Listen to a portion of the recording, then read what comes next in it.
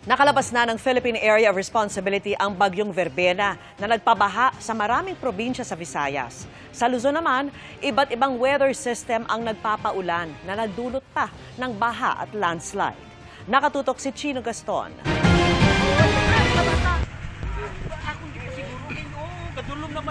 Dahil sa pagtaas ng tubig sa ilang bahagi ng Bayawan, Negros Oriental, kinailangan ng sagipin at ilikas ang ilang residente. Sa kuha ng drone, kita ang lawak ng baha.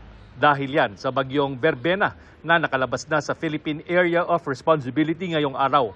Pero nagpapaulan pa rin ang shear line, amihan at localized thunderstorms sa ilang bahagi ng Luzon. Gaya sa Isabela, isang buntis ang kinailangang isugod sa ospital matapos umanong abutan ng pagle-labor sa kasagsagan ng masamang panahon. Sinuong ng mga rumisponde ang baha para maihatid siya sa Ilagan Medical Center. Ligtas naman ang buntis at nasa mabuting kalagayan. Kanya-kanyang bitbit naman ng mga gamit ng ilang residente ng Anafunan East sa Tuguegarao City. Kinailangan silang ilikas dahil sa mga pagbaha at pansamantalang mananatili sa isang paaralang magsisilbiring evacuation center.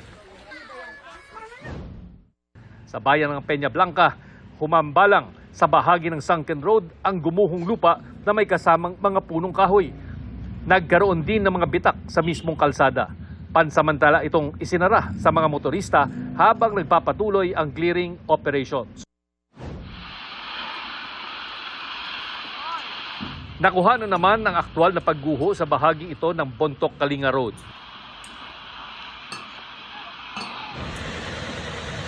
Sa ilang bahagi ng Apayao, halos hindi pa rin humuhupa ang mga pagbaha at nakaranas pa rin ng mga pag-ulan ngayong araw. Lubog pa rin sa matinding baha ang maraming pananim at mga bahay. Mula sa Himpapawid, kita rin kung gaano katindi at kalawak ang mga pagbaha sa Apayao. Dahil din sa masamang panahon, nasira at bumagsak ang bahagi ng tulay na ito sa Bagabag, Nueva Vizcaya.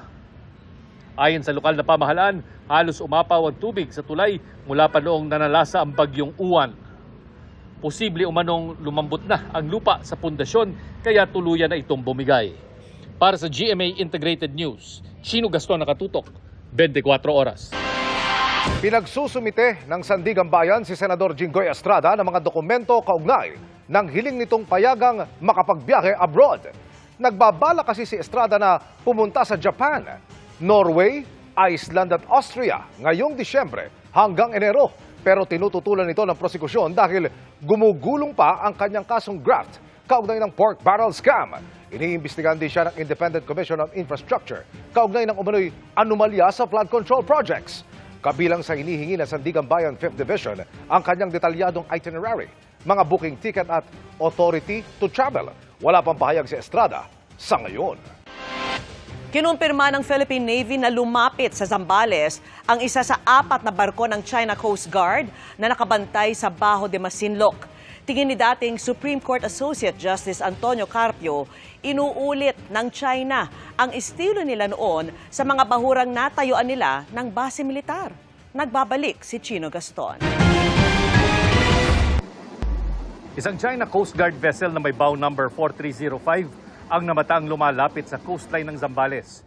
Ang barko ng China Coast Guard, kabilang sa grupo ng 4 na CCG vessels na nagbabantay sa Bajo de Masinloc sa loob ng Exclusive Economic Zone ng Pilipinas. Agad nagpadala ang Philippine Coast Guard ng barko para tingnan kung ano ang ginagawa ng mga barko ng China. At around 1200 today, it was 51 nautical miles west of Botolan.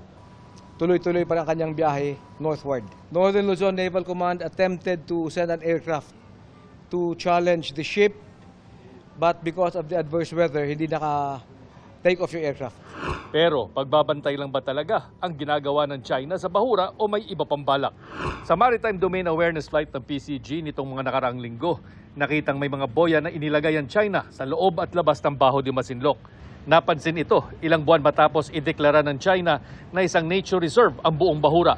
Ayon kay dating Supreme Court Senior Associate Justice Antonio Carpio, maaring inuulit lang ng China ang ginawa nito noong dekada 90 sa Fiery Cross, Subi at Mischief Reef na ngayon ay malalaking military bases na sa karagatan. Remember in 1987, China erected the radar weather station on Fiery Cross Reef. Pero nagkaroon ng foothold. China was able to man it na. And then later on, it became an air and naval base.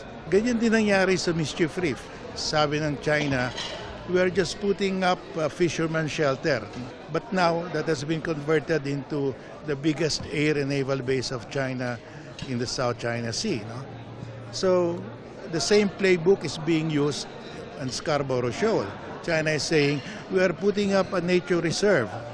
Dagdag pa ni Carpio, kailangan dagdagan ang missiles ng bansa para tapatan ang dami ng mga barko ng China sa Baho de Masinloc. Let's have more BrahMos missiles. They cannot be destroyed because they are mobile. They can hide behind mountains. But there is Scarborough Shoal, it's fixed. You just input the coordinates, the missile will go there. Sakaling ituloy daw ng China ang pagtayo ng anumang istruktura sa Baho de Masinloc, may kaakibat na plano raw ang AFP para pigilan ito. Dati nang sinabi ng AFP na isa sa mga red lines o pangyayaring posibleng magtulak sa militar ng direktang pagkilos laban sa China ay kung may itatayong istruktura sa Baho de Masinloc. Para sa GMA Integrated News, Chino Gaston nakatutok, 24 oras. Magandang gabi mga kapuso. Ako po ang inyong Kuya Kim na magbibigay sa inyo ng trivia sa likod ng mga trending na balita. Viral online ang video ng isang nagtangkang mag-paraglide sa Rizal. Sa halip kasi na lumipad sa ere, ang mga paraglider sa puno ang bagsak. Alamin natin ang buong kwento sa likod ng video ito. Adrenaline rush ang dala ng extreme sport na to. Sa pamamagitan kasi ng isang lightweight canopy na parang parachute. Makakalipad ka sa alapaap.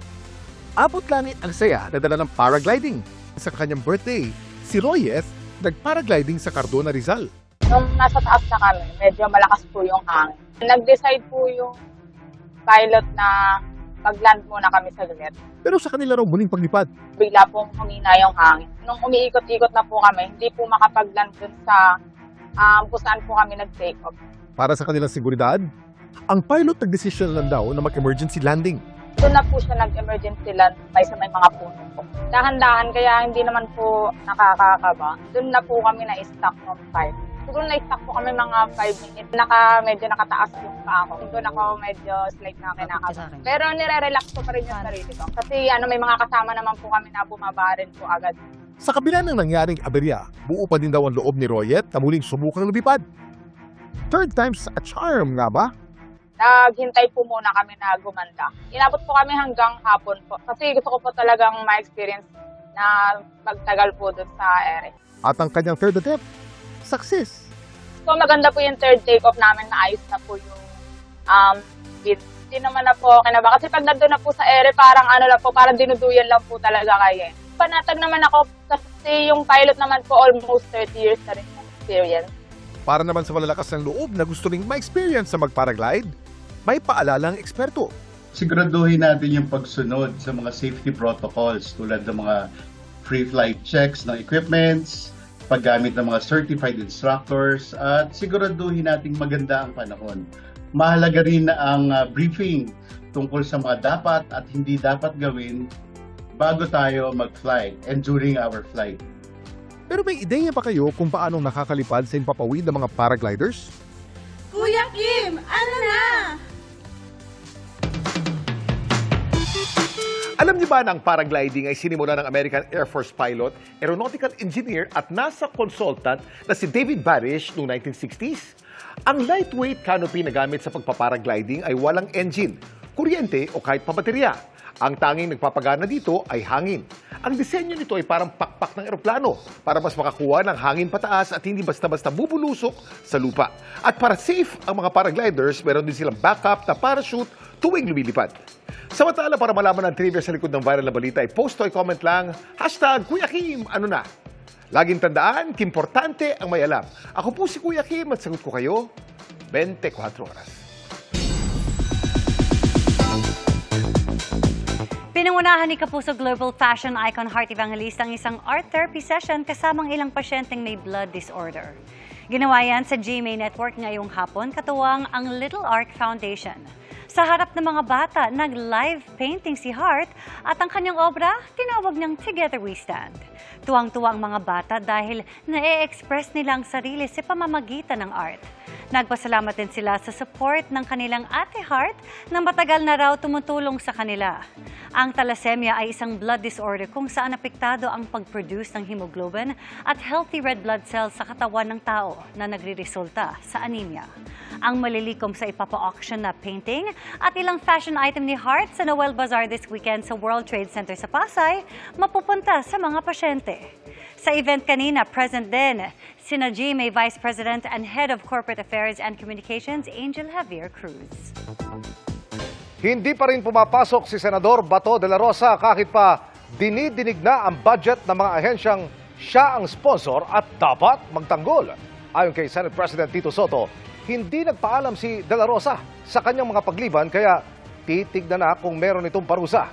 Nakatutok si Mariz Umali. Si Senador Ronald Bato de la Rosa dapat ang sponsor ng panukalang budget ng ilang mga ahensya, kabilang ang Department of National Defense. Pero hanggang ngayon, no-show pa rin siya sa Senado. Kaya si Senate Finance Committee Chair Win Gatchalian ang sumalo. Si Senator Bato ng message na hindi siya makakapunta, so ako mag-defend. Bakit daw, sir? Wala siyang reason na binigay. Ayon kay Senate President Vicente Tito Soto III, hindi nagpaalam si De La Rosa sa kanyang mga pagliban. He has not gotten in touch with me since the break. What do you make of it, SP, na hindi siya nagpaalam? Pwede po yun, SP? Oh, yeah. Malalaki na sila. It's their own lookout. Ayon kay Senate President Soto, mula raw na mag-resume ang sesyon ng Senado noong November 10, ay hindi na pumasok si Senador Bato de la Rosa. Matatandaang noong November 8 ay ibinunyag ni Ombudsman Jesus Crispin Remulla na may inisyu ng arrest warrant ang International Criminal Court laban sa senador. Nang tanungin si Senate President Soto kung okay lang na hindi niya madepensahan ang ahensya na nakatalaga sa kanya. Hindi okay yun. In the first place, dapat hindi mo hiniling na makuha mo yung mga chairmanship na yan. Hindi mo naman kung kaya mo. Sana, kung hindi mo kaya, hindi mo dapat hiniling na makuha mo yung chairmanship. Especially vice chairmanship ng budget, national defense. Napakahalaga eh. So, titignan daw ni Soto kung may parusa sa ginawang pagliban ng walang paalam. Sabi pa ni Senate President Soto, hindi rin daw nababawasan ang sweldo ng senador kahit lumiban. Aniya, ang bawat kilos daw ng isang senador ay sasagutin niya sa mga kababayang bumoto sa kanya. Hinihingan pa rin namin ang pahayag si De La Rosa. Para sa GMA Integrated News, Mariz Umali, nakatutok, 24 oras. Ibinunyag ni Agriculture Secretary Francisco Chu Laurel na nanghingi umano si dating Congressman Zaldico ng import allocation ng iba't ibang produkto para sa mga kakilala umano niyang importer. Ayon kay Laurel, nilapitan siya ni Ko para magpakilala ng sugar importer na nanghihingi ng 200,000 metric tons na alokasyon para sa pag-import ng asukal. Kinausap din daw siya ni Ko para ipasok ang ilang kumpanya para sa pag-import ng 3,000 container ng imported na isda. Giit ni Laurel, hindi niya pinagbigyan ang mga hiling ni Ko. Sabi pa ni Laurel, iminungkahi rin ni Ko ang pag-angkat ng 13 million metric tons ng bigas noong 2023. Katumbas daw ito ng palay output ng Pilipinas at kung ginawa ay maaaring nakaapekto sa kabuhayan ng mga magsasaka. Tingin ni Laurel, nagalit sa kanya si Ko dahil sa kanyang pagtanggi sa mga hiling nito kaya sinisiraan niya siya ng dating kongresista. Pinabulaanan din ni Laurel ang paratang ni Ko na kinokontrol-an niya ni First Lady Liza Araneta Marcos ang rice importation at may koneksyon umano ang kapatid nitong si Martin Araneta sa onion importation. Tinawag niya ang mga ito na fabricated lies. Sabi ni Laurel, hindi kailanman nakialam ang First Lady sa Agriculture Department at walang anumang importation request si Araneta. Mahigit 50 na ang patay kasunod ng matinding pagkasunog ng residential building sa Hong Kong. May ilang Pilipino ring apektado ayon sa Overseas Workers Welfare Administration. 19 sa kanila ang kumpirmadong nasa ligtas ng sitwasyon. Nakatutok si Darlene Kai. Sa dilim ng gabi, naglagablab ang mga matataas na gusaling ito sa Wang Fuk Court Residential Complex sa Taipo District sa Northern Hong Kong. Miyerkules ng hapon nagsimula ang sunog na tumupok sa 7 high-rise buildings na may 32 palapag. Pagputok ng liwanag, makapal na usok na ang bumalot sa complex.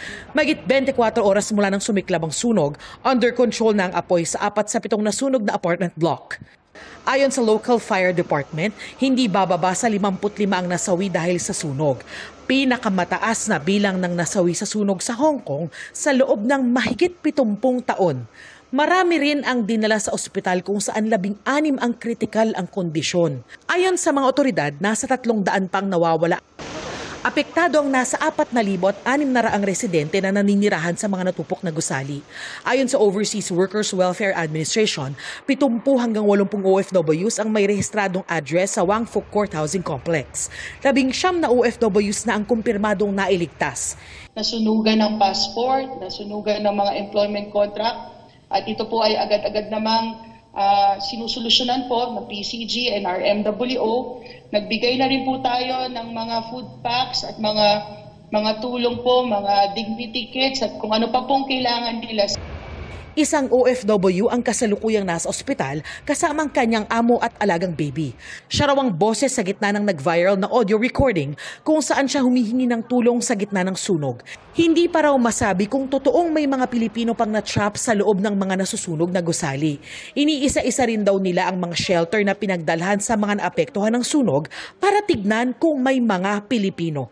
What we're also trying to ascertain is whether they were actually in Wang Fuk Court during the fire. Ayaw rin natin magpanik ng husto yung pamilya dito sa Pilipinas kasi naman, baka naman, in a certain likelihood, ay wala sila doon. Baka nasa ibang lugar sila. Nakikipag-ugnayan na rin daw ang OWA at DMW sa mga pamilya ng mga Pilipinong naapektuhan ng sunog sa Hong Kong. Ayon sa mga otoridad sa Hong Kong, mabilis ang pagkalat ng apoy sa mga gusali dahil umano sa paggamit ng unsafe material sa renovation ng isang anilay grossly negligent construction firm tulad ng foam plastic material sa mga bintana. Inaresto ang 2 manager at consulting engineer ng construction company na namamahala sa renovation ng mga gusali. Kumalat din ang sunog sa bamboo scaffolding na nakapalibot sa mga gusali na karaniwang ginagamit sa Hong Kong. Ayon sa Chief Executive ng Hong Kong, may binuong task force na tututok sa investigasyon, kabilang kung sumusunod ba sa standard ang mga proyektong gumagamit ng bamboo scaffolding. Para sa GMA Integrated News, Darlene Kai, nakatutok 24 oras.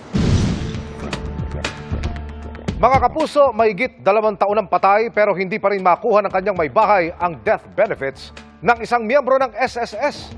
Kung bakit higit pa sa siyam-siyam ang inabot ng paghihintay, pinaimbestigahan ng inyong Kapuso Action Man. Setyembre 2023 pa sumakabilang buhay ang mister ni Rosalie pero hanggang ngayon, hindi pa umano niya nakukuha ang death claim ng asawa mula sa Social Security System o SSS. Nasobrahan daw kasi ng hulog sa ahensya ang dating employer ng mister kahit pumanaw na ito. Nabot na po ako ng halos 2 years na pabalik-balik po sa kanila na ang problema ko po yung sa agency na 4 na buwan po na sobrahan ng hulog. Bago raw maproseso ng SSS ang death claim, kailangan daw munang makansela ng dating employer ang naihulog nitong kontribusyon. Kung tutusin po sana, kailangan nag-pension na po ako eh. Dahil 2 years ago na. Ang hirap pong maging single mom kahit malalaki na po yung anak ko. Napakahirap po. Nakipagnay na rin daw sa dating employer ng mister si Rosalie. Sabi po sa akin, maghinday daw po ako. Hindi daw ganun po kadali ang processing. Kaya inabot po ng ganun. Ang naturang hinaing agad na idinulog ng inyong Kapuso Action Man sa ahensya ng gobyerno. Sa verifikasyon ng SSS, nakansela na ng dating employer ang sobrang 4 na buwang hulog sa ahensya at naitama na ang record ng mister ni Rosalie. Nakipag-ugnayan na kay Rosalie ang SSS Antipolo Branch para maproseso ang filing ng death claim. Sasailalim na raw ito sa kukulang ebalwasyon. Wala raw sapat na dahilan kung bakit natagalan ang pagproseso sa claims ng pamilya. Nagpapasalamat sila sa programa na naiparating ang sumbong sa ahensya. Kaya salamat po talaga sa inyo, sa mga tulong ninyo. Sana marami po kayong matulungan. Mission accomplished tayo, mga kapuso, para po sa inyong mga sumbong. Pwedeng mag-message sa Kapuso Action Man Facebook page o magtungo sa GMA Action Center sa GMA Network Drive, Corner Samar Avenue, Diliman, Quezon City. Dahil sa anumang reklamo, pang-aabuso o katiwalian, tiyak, may katapat na aksyon sa inyong Kapuso Action Man. Kinasuhan ng tax evasion ang mga binansagang BGC Boys o Bulacan Group of Contractors. Batay kasi sa kanilang pamumuhay, posibleng maiba sila kita na sobra sa nabubuwisang sahod. Nakakuha naman ng GMA Integrated News Research ng kopya ng kanilang salin o tala ng kanilang mga yaman. Hinimay yan sa pagtutok ni Sandra Aguinaldo. Wala naman po kung tinatago. Pero... Yan ang sabi noon ni dating Bulacan 1st District Engineer Henry Alcantara nang tanungin noon ukol sa kanyang Statement of Assets, Liabilities and Net Worth at kanyang mga bank records. Pero pagsilip ng GMA Integrated News Research sa kanyang mga salin simula nang maging District Engineer noong 2019, kapansin-pansin na wala siyang idineklara kahit isang real property, kahit sarili niyang bahay at lupa. Wala ring banggit sa kanyang magagarang kotse ang dating assistant engineer na si Bryce Hernandez sa kanyang salin.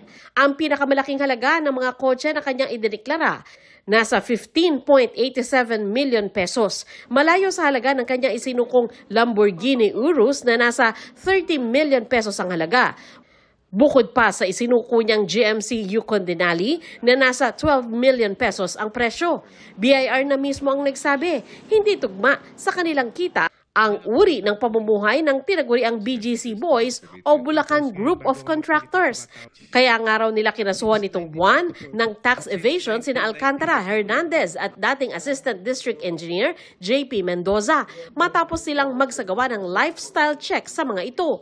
Yung assets ho na nakadeklara doon, ibabangga natin doon sa buwis or sa income na dineklara nila. At kung tumutugma ba na yung kanilang buwis na ibinayad or yung income na dineclare nila, tumutugma doon sa capacity nila na mag-acquire ng assets na yon. Sa salin ni Alcantara, mula sa mahigit 6.4 million pesos noong 2019, umakyat sa 17.7 million pesos ang kanyang net worth noong 2024.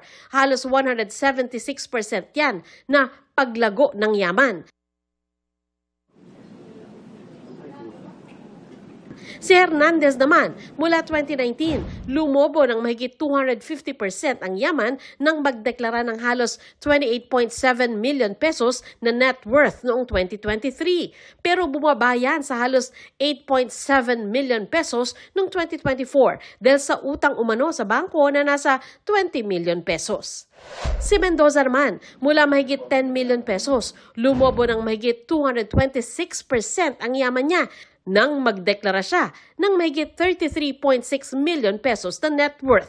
Sa sariling pag-amin ng BGC Boys, nakatanggap sila ng porsyento ng mga kickback sa mga flood control projects sa Bulacan mula sa budget insertions ng ilang mambabatas. Ang hatian ng pera, abot daw sa bilyong piso ang halaga. Kaya sabi ng isang eksperto sa public administration, kabilang sa dapat bantayan sa salin ang pagtaas ng yaman ng isang kawani ng gobyerno at kung tugma ba ito sa income niya. Ang salin nila na dineclare kahit tumaas significantly from 8 to 28 million or 8 to 18 million, parang hindi naman ganun kataas yung increase. No? But compared to yung lifestyle nila at ang dami nilang luxury vehicles, parang hindi naman equivalent yung pag-increase ng kanilang salin. Ang dami nilang luxury vehicles, lahat ba yun nakapangalan sa kanila?